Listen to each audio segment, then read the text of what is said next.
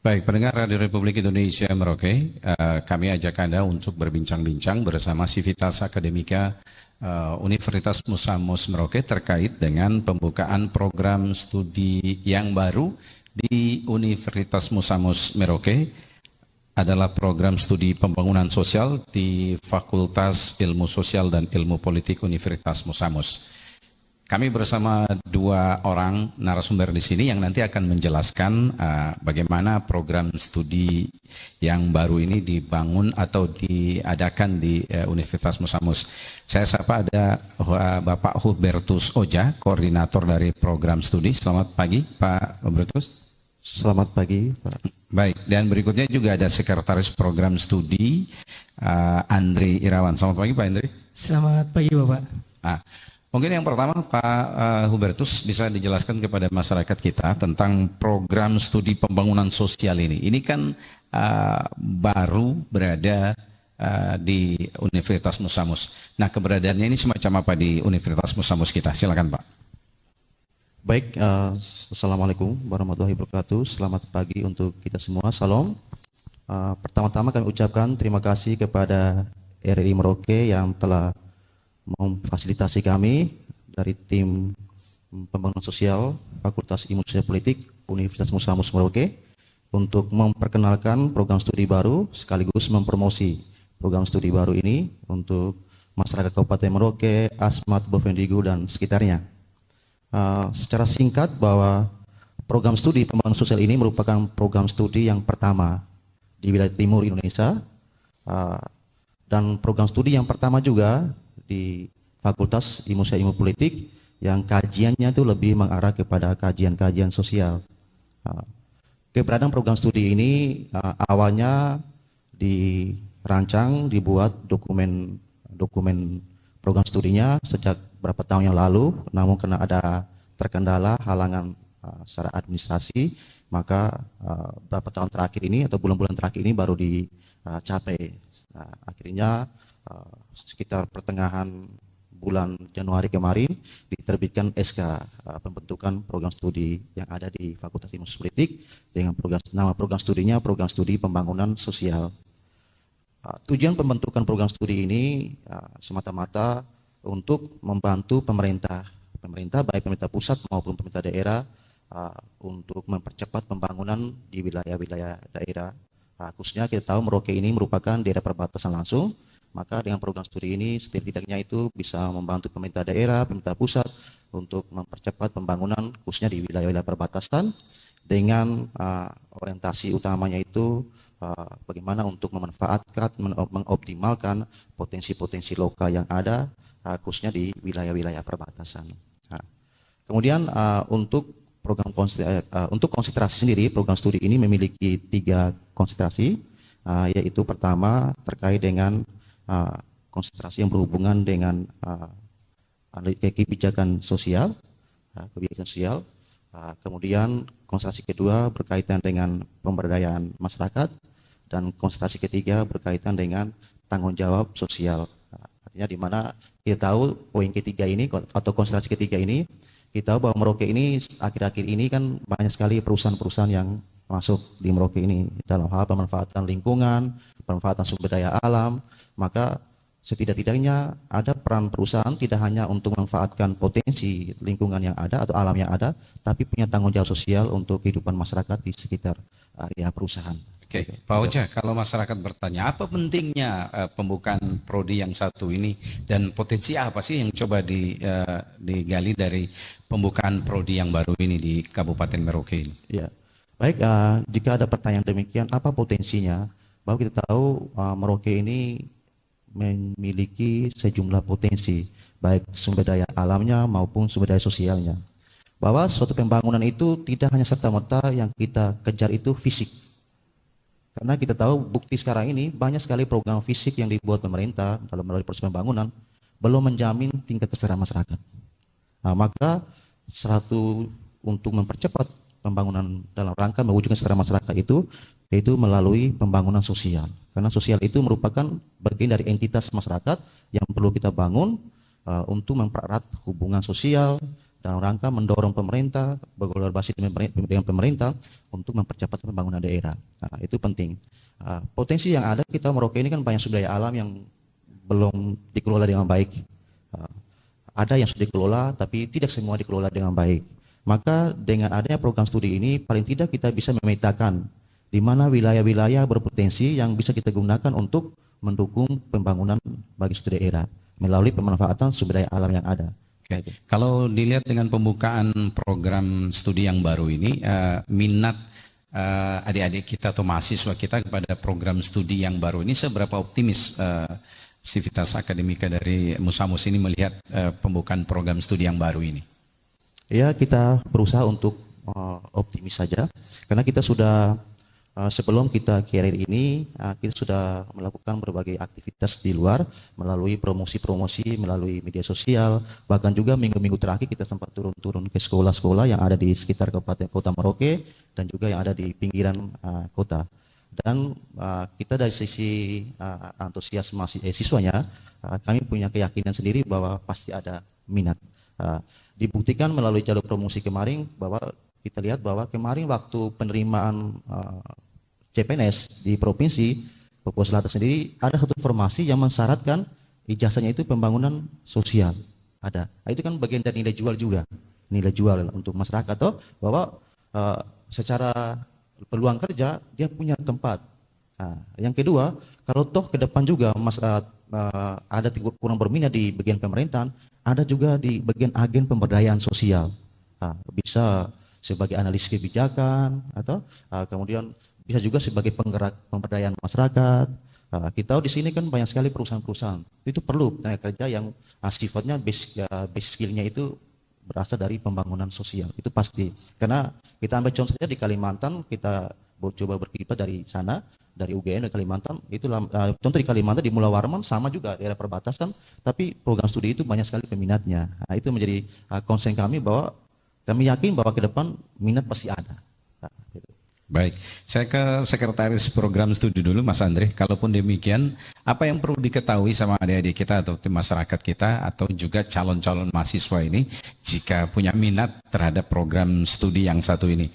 Mungkin bisa jelaskan kepada masyarakat kita, mungkin mekanisme misalnya pendaftaran ataupun apa yang dipersiapkan untuk mengikuti atau masuk dalam program studi yang baru ini. Ya, baik. Terima kasih Pak. Selamat pagi pendengar RRI dimanapun berada. Jadi memang program studi pembangunan sosial ini kan saya flashback kembali Pak ya, bahwa kenapa sih mahasiswa atau masyarakat kita harus memilih program studi pembangunan sosial gitu. Tadi sudah dijelaskan Pak Korpro bahwa kita punya 3 konsentrasi yang siap menaungi mereka. Dan ketika mereka berharap bisa masuk ke program studi ini, kita sudah sementara sudah buka 2 jalur Pak. Kita di jalur SNBT, jalur seleksi nasional berbasis tes, dan jalur mandiri. Jadi kalau jalur SNBT ini nanti akan dibuka setelah SNBP selesai ini Pak. Begitu. Nah, bagi teman-teman kenapa harus memilih pembangunan sosial gitu? Karena saya ingin tegaskan bahwa program studi pembangunan sosial ini satu-satunya Pak di Indonesia Timur. Belum ada program studi pembangunan sosial di Indonesia Timur. Kemudian selain tadi ya, selain punya nilai jual kita ke PNS atau di pemerintah, tapi kita juga di program pembangunan sosial ini akan fokus ke sociopreneur. Jadi bukan hanya di pegawai negeri, tapi juga menjadi sociopreneur. Kemudian tadi bisa juga masuk ke perusahaan sebagai apa? Sebagai analisis dari CSR, Corporate Social Responsibility.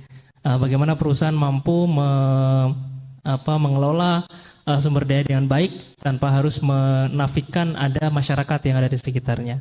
Gitu Pak. Baik, kalaupun demikian kan mahasiswa-mahasiswa kita atau calon-calon mahasiswa kita ini juga ketika mau memasuki satu program studi ini tentu juga melihat bagaimana peluang setelah mereka lulus. Nah, potensi masuk ke dalam program studi yang satu ini, kelulusannya ini terserap misalnya ke pasar kerja ataupun dimanfaatkan di pasar kerja ini, dalam pandangan teman-teman sendiri ini semacam apa ini? Ya, kalau menurut kami Pak di program studi pembangunan sosial juga ini kan kita punya profil lulusan. Yang pertama, profil lulusan kita ini akan menjadi analis kebijakan sosial. Tadi kalau dia masuk ke konsentrasi kebijakan sosial, berarti dia akan menjadi analis kebijakan sosial. Bagaimana merumuskan, bagaimana menetapkan kebijakan yang ditetapkan ya untuk kemaslahatan masyarakat. Yang kedua akan bisa masuk di agen pemberdayaan masyarakat. Kan kita tahu bahwa pemerintah kampung sendiri sudah mengelola dananya sendiri, Pak. Nah, ini perlu sarjana-sarjana pembangunan sosial yang fokus di pemberdayaan masyarakat agar mereka bisa membantu kampung ya pemerintah kampung bisa mengelola keuangan itu dengan baik, kemudian bisa memanfaatkan semaksimal mungkin untuk kebutuhan ya di pemerintah kampung itu sendiri. Yang ketiga adalah profil lulusan kita adalah menjadi konsultan tanggung jawab sosial perusahaan. Ini tadi yang saya sampaikan bahwa kalau dia mengambil konsentrasi di CSR (Corporate Social Responsibility), ya dia akan lebih banyak bersinggungan dengan perusahaan. Apalagi kita tahu di sini di Papua Selatan, Merauke khususnya sudah ada beberapa perusahaan, ya baik perusahaan sawit maupun perusahaan pangan tebu, nah itu membutuhkan sarjana-sarjana seperti ini. Bagaimana mereka bisa melindungi hak-hak masyarakat adat ya tanpa harus menyusahkan investasi atau investor untuk masuk. Itu. Untuk program yang baru ini saat ini apakah sudah ada mahasiswanya? Kalau saat ini belum Pak, karena SK izin pembukaan program studi itu baru dikeluarkan tanggal 17 Januari kemarin. Oke. Jadi kita baru mau terima mahasiswa baru akan datang ini ya? Betul, iya Pak. Nah, untuk angkatan 2025-2026. 25-26 ya? Ya. Oke, baik. Saya ke Pak Hubertus dulu. Pak Hubertus, program studi yang baru ini tentunya juga punya potensi diri buat adik-adik kita yang ingin nantinya punya minat kepada program studi yang satu ini. Dan kalaupun peminat-peminat kita dari adik-adik kita yang nantinya memilih program studi yang satu ini, pola dalam pendidikannya nanti atau belajarnya ini juga sama seperti program-program studi lainnya atau ada kekhususan sendiri? Untuk proses pembelajaran nanti kita bersifat case study, ya, studi kasus dan learning akademik. Tidak hanya berfokus kepada akademik, misalnya mahasiswa hanya kuliah di kampus begitu, tapi ada proses magang, dan kita sudah mendesain kurikulumnya di semester berapa mereka akan magang, baik magang di dunia industri, di perusahaan-perusahaan, bahkan juga bisa magang juga di instansi pemerintah yang bersentuhan langsung dengan kehidupan sosial masyarakat yang kita namakan dia dalam mata kuliah itu capital seleksi. Itu ditujuan untuk membantu mahasiswa dalam proses magang nanti. Jadi lebih bagaimana untuk membangun tidak hanya pada soft skill-nya, tapi hard skill juga ikut dibangun sehingga mahasiswa itu memiliki dua keterampilan ketika output nanti atau lulus nanti, baik kemampuan akademik maupun kemampuan non akademik untuk bisa memetakan potensi-potensi yang ada sehingga kelak mereka bisa merumuskan kira-kira kebijakan sosial yang paling tepat apa. Paling tidak mereka tidak merumuskan, setidak-tidaknya bisa merekomendasikan kepada pemangku kepentingan hal yang paling tepat untuk suatu daerah itu seperti apa. Karena kita tahu suatu kebijakan itu ada yang bersifat general, ada yang bersifat subgeneral, tergantung dari kondisi wilayah masing-masing. Contoh, kebijakan yang satu berhasil di tempat lain, tapi dia gagal di satu tempat. Karena tadi kita menggenerakan suatu kebijakan karena tidak berdasarkan potensi kewilayahan, potensi masyarakat. Akhirnya gagal di sana, dia berhasil di tempat lain. Maka akan lebih baik bagaimana melatih mahasiswa ketika pembelajaran lebih kepada case study-nya, studi kasus, sehingga mereka bisa punya bekal ketika mereka lulus nanti. Ini kan program baru nih di Universitas Musamus. Ada nggak kolaborasi dengan misalnya dengan universitas lain terkait dengan program yang satu ini? Oh ya, boleh saya jawab Pak? Ya. Untuk kolaborasi Pak, kami kebetulan pertama kali izin keluar, kemudian kami bergabung di namanya Asosiasi Pembangunan Sosial Indonesia, APSI. Itu asosiasi untuk program studi pembangunan sosial di Indonesia. Dan kita sudah coba bergabung, kemudian kemarin sudah melakukan pertemuan virtual dengan ketua asosiasi tersebut. itu beliau juga salah satu dosen di Universitas Gadjah Mada di UGM. Jadi kami sudah coba komunikasi untuk bangun seperti penyusunan mata kuliah wajib yang harus ada nih di program studi pembangunan sosial. Ada mata kuliah wajib yang harus ada apa, itu kita sudah sesuaikan. Kemudian nanti kita juga akan kerjasama di bidang untuk peningkatan kompetensi dosennya, Pak. Juga. Baik, kalau untuk sarana penunjang ataupun juga misalnya ketersediaan SDM dosen-dosennya untuk di program studi yang satu ini semua sudah memadai kita di Musamus ini? Iya Pak, untuk dosen Pak, kami kemarin 5 dosen, karena untuk mengusulkan sebuah program studi kita butuh 5 dosen tetap yang linear keilmuan. Dan kebetulan kami berlima ini linear semua. Pak Korpro itu basic S1-nya ESOS, kemudian S2-nya MSc Administrasi Pembangunan. Saya sendiri S2 Administrasi Pembangunan, kemudian ada kawan kami yang menyusun borang itu juga, Pak Dapot Pardamian itu Administrasi Pembangunan juga, kemudian ada Pak Erwin Siregar itu Administrasi Publik, dan kami kemarin ketambahan 1 dosen lulusan UGM juga Pak, S2 Pembangunan Sosial. Ya, jadi 5 dosen kami ini alhamdulillah sudah linear dengan keilmuan ini Pak. Dalam artian sudah tidak ada masalah ya dalam misalnya ketersediaan dosennya dalam mengajar dan juga infrastruktur lain. Sudah sesuai Pak. Ya, kemudian saya tambahkan lagi Pak, tadi apa sih yang nanti akan teman-teman dapatkan di program studi ini?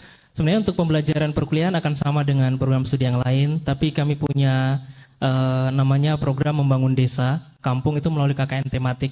Jadi itu lebih fokus memang ke pembangunan masyarakat di kampung. Kemudian kita punya pertukaran pelajar, kemudian ada kegiatan wirausaha, lalu kita akan kerjasama dengan lembaga-lembaga atau organisasi-organisasi kemanusiaan untuk proyek-proyek kemanusiaan. Dan yang paling kami tawarkan sebagai nilai jual atau andalan mata kuliah kami ya tadi Pak, Kapita Selecta.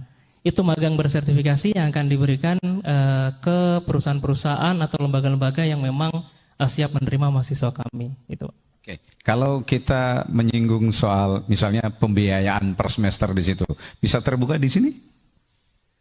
Bisa ya Pak, bisa ya, karena sama ya. Pada dasarnya program studi kami sama dengan program studi yang lain ya. Untuk UKT-nya, UKT sama 1,8 ya.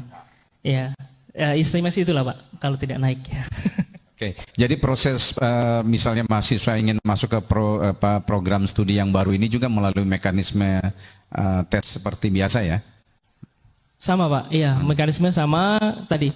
Cuman karena kami program studi baru yang baru bergabung di Universitas Musamus, sehingga kami belum bisa masuk di jalur SNBP, prestasi. Itu saja. Jadi karena eligible itu prestasi sudah ditarik lama, kami belum masuk di situ. Jadi kami hanya bisa masuk, teman-teman yang nanti mau bergabung hanya bisa lewat jalur SNBT yang berbasis tes dan jalur mandiri. Kalaupun pembiayaannya sama berarti termasuk beasiswa juga ada ini? Sama ya. Oh, gitu. Ya untuk beasiswa sendiri yang sama, karena mengapa sama? Karena sama-sama berada di naungan kampus negeri. Nah, kampus ini walaupun dia program studi baru, tapi untuk mendapatkan peluang bagi calon mahasiswa baru untuk mendapatkan beasiswa pasti sama. Nah, sama. Tinggal berapa kuotanya yang diberikan oleh pihak kampus untuk mendapatkan beasiswa. Itu penting. Baik, Pak Oja dan juga Pak Andri, ini penting kami pertanyakan ini. Keberadaan Musamus ini kan berada di Merauke, di Bumi Anima ini. Bagaimana prodi yang baru ini memiliki keberpihakan kepada orang asli Papua? Oke Pak, karena program studi kami ini adalah program studi pembangunan sosial, yang pasti fokus utama kami adalah di masyarakat. Nah, kami ingin bahwa sebenarnya pembangunan ini tuh bukan hanya berbasis atau berdasarkan infrastruktur atau bangunan fisik saja Pak, tapi lebih ke bagaimana masyarakat itu juga ternaungi. Karena ya bukan kita sudah bisa melihat bahwa sekarang ini pemerintah fokus di pembangunan fisik, tapi melalaikan masyarakat yang ada di sekitar. Contohnya dengan adanya investasi, dengan adanya pembangunan fisik lainnya, itu akhirnya membuat masyarakat kita ya terpinggirkan. Nah ini yang sebenarnya sangat ingin kami tekankan bahwa prodi pembangunan sosial ini tujuannya untuk itu, Pak. Bagaimana melindungi hak-hak yang ada di masyarakat itu sendiri, terkhusus masyarakat yang ada di sekitar itu atau masyarakat lokalnya. Oke. Ada yang mau ditambahkan Pak Hubertus? Baik, untuk keberpihakan kepada masyarakat lokal, kita punya saudara orang asli Papua, secara untuk mendapatkan peluang pasti mereka diutamakan.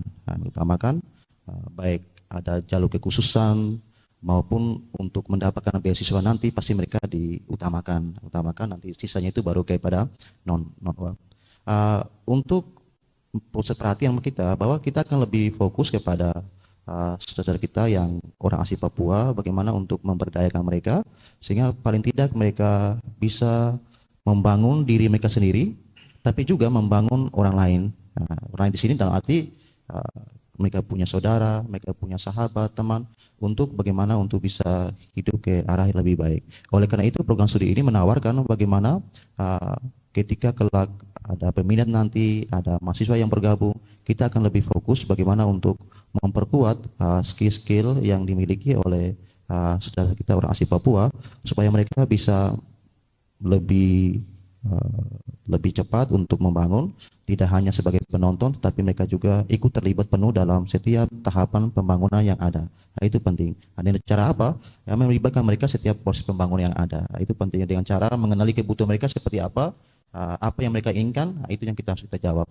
Bukan mereka hanya sebagai penikmati apa yang diinginkan oleh sekelompok orang. Itu tidak mungkin secara kemanusiaan tidak etis begitu. Baik, terima kasih Pak Hubertus. Saya ke Mas Andre, silakan apa yang Anda ingin sampaikan kepada masyarakat kita yang ada di Merauke dan juga Papua Selatan, khususnya buat adik-adik kita calon-calon mahasiswa kita ini. Silakan. Ya, baik. Terima kasih Pak. Saya ingin sampaikan ke masyarakat Kabupaten Merauke ataupun adik-adik yang akan bergabung atau mungkin melanjutkan pendidikannya ke jenjang yang lebih tinggi. Ya, saya ingin sampaikan bahwa program studi pembangunan sosial ini adalah program studi yang akan menganalisis, akan mempelajari tentang isu-isu yang ada di sekitar. Kita sebagai makhluk sosial tentu tidak akan pernah terlewat dengan hal-hal seperti itu. Nah, dengan adanya program studi pembangunan sosial ini, ya, kalian akan bisa mempelajari isu-isu yang terjadi, kemudian bagaimana mencari solusi atas permasalahan-permasalahan itu. Dan kita sudah masuk ke menjadi Provinsi Papua Selatan, sedang lagi gencar-gencarnya lah untuk pembangunan. Jangan sampai kita, ya, masyarakat Merauke ini hanya menjadi penonton saja, tapi tidak turut andil dalam pembangunan ini. Nah, yang bisa kita lakukan dengan bergabung di pembangunan sosial adalah teman-teman akan bisa mempelajari seharusnya pembangunan di bidang sosial itu seperti apa sih? Apakah hanya fokus di fisik saja? Tidak mungkin seperti itu. Nah, harapannya adalah teman-teman, ya, adik-adik sekalian bisa bergabung bersama kami dan kita bisa menjadi agen-agen pemberdayaan sosial di Kabupaten Merauke. Baik, terima kasih Pak Hubertus, silakan. Baik, untuk masyarakat Kabupaten Merauke sekitarnya, bahwa jangan ragu untuk memilih program studi ini, karena program studi ini merupakan program studi alternatif untuk menentukan masa depan Merauke yang ke arah lebih baik. Kita tahu bahwa Merauke banyak sekali seperti ditegaskan oleh Pak Andi tadi, pembangunan sekarang ini banyak sekali yang dibuat pemerintah, tetapi tidak menjawab kebutuhan sosial, sehingga nilai keadilan sosial itu belum betul-betul dirasakan. Bagaimana bisa menciptakan keadilan kalau masyarakat sendiri tidak merasa keadilan itu? Kemudian poin kedua, keadilan dalam pembangunan tidak cukup, tetapi bagaimana untuk menciptakan suatu nilai kesetaraan? Karena manusia berdasarnya punya harkat dan martabat yang sama dan punya kesempatan yang sama untuk mereka bisa menikmati hidup yang layak. Maka program studi ini sebagai alternatif sosial yang bisa membantu masyarakat untuk mengantar hidup masyarakat ke arah yang lebih baik, yaitu masyarakat yang sejahtera, tidak hanya pada secara ekonomi, tapi sejahtera juga secara sosial. Terima kasih. Baik, terima kasih. Terima kasih Mas Andre, terima kasih Pak Hubertus. Pendengar, demikian perbincangan kami bersama Civitas Akademika Universitas Musamus Merauke terkait dengan pembukaan program studi pembangunan sosial Fakultas Ilmu Sosial dan Ilmu Politik Universitas Musamus. Terima kasih atas kebersamaan Anda, selamat pagi.